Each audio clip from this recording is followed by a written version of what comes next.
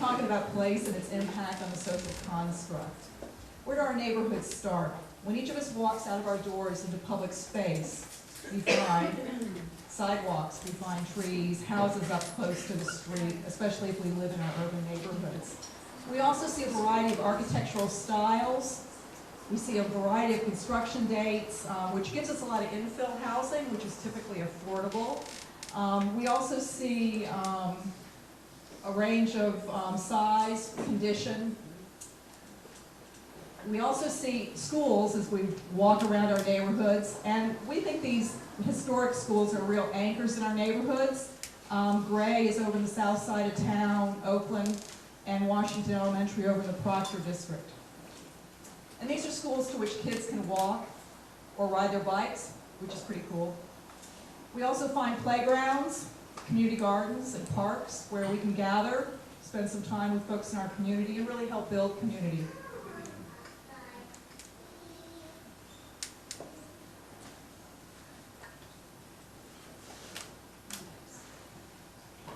The heart of Tacoma's older neighborhoods are really their commercial districts. This is a shot on 6th Avenue. Pre-war neighborhoods like 6th Avenue, McKinley Hill, Proctor integrate commercial and residential use. What we call today mixed use has been going on in our older neighborhoods for a long time. We've got sidewalks, meaningful destinations that we can reach on foot or on bike. Really a critical mass of people can congregate.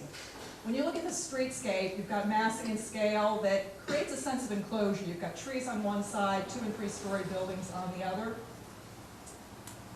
The building height relates to the street width, intersections of the crosswalks, and multifamily housing above the commercial makes these projects not only economically viable, but it creates that sense of enclosure again, giving you more critical mass on the streets. So how else do we define our neighborhood identity? What draws us into our neighborhoods? Destinations that draw people from other parts of the city, like the Grand Tacoma Grand Cinema. And what I'll call the third place. Ray Oldenburg wrote a book called The Great Good Place, where he talks about three places in our life. The first is home, the second is work, and the third are those places that we like to gather in our neighborhoods, places that we can often walk to, like the Parkway, like King's Books. We also like to gather in restaurants, and these are all neighborhood restaurants that we can walk to, and I think it's just great to be able to walk in my neighborhood over to the Blue Mouse, around the corner to the Rosewood Cafe. Over on the 60th Avenue area, we've got the Engine House number 9, and one of my personal favorites, Vietnam, over in the Lincoln District. What else draws us? Rainbows. And places that provide essentials in our lives. Stadium is fortunate to have places like Ranco's and Stadium Thriftway. Over in the Lincoln District, they've got all those great Asian markets. Post offices and libraries. That's what we're looking for in our neighborhoods. And I had to put that in because of the color.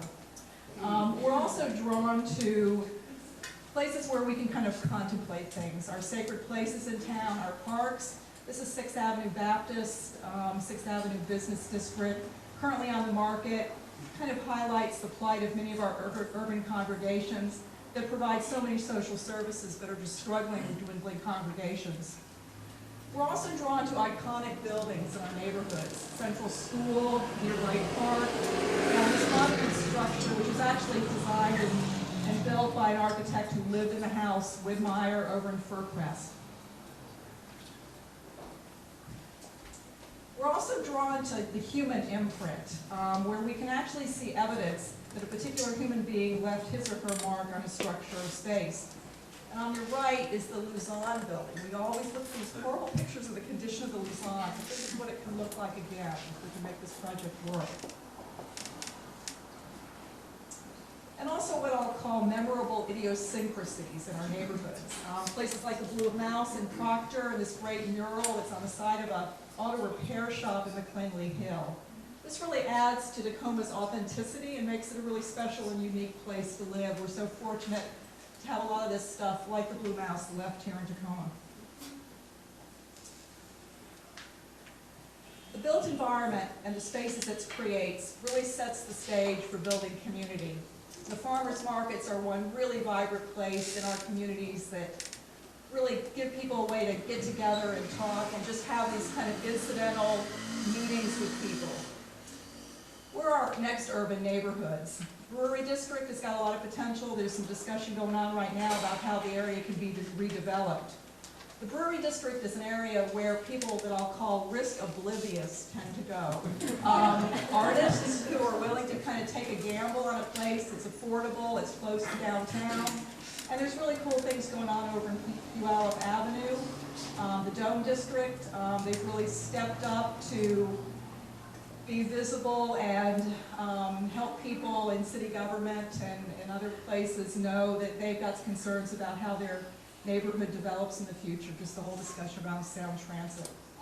So what can we learn from auto-centric, mostly post-war neighborhoods? This is a shot over in West Slope, and I tell you, I love the houses over in the West Slope, but there's no sidewalks. I was impressed when I went over there the other day. They're actually starting to put sidewalks in, which is great, but it's one of those neighborhoods that was built around the auto, and no sidewalks and no real destinations within walking distance. This is a good example of mixed use. Lots of discussion with the city right now around the mixed use center plan and the master planning process that's coming up right now. How can we retain the city's historic fabric while integrating new uses and new design? Something Historic Tacoma is very interested in. So to finish, I just want to encourage you to get out and walk around the city, look at our neighborhoods. Historic Tacoma's got a home tour coming up on Saturday, 4 square houses, and we're doing a tour of 15 sacred places all over the city on October 25th. Also, you've probably already heard about it, but the Urban Design Lecture Series. Historic Tacoma is a co-sponsor along with AIA Southwest Washington. It's going to be a cool event. The first one is a week from tomorrow night. All of it's on historictacoma.net.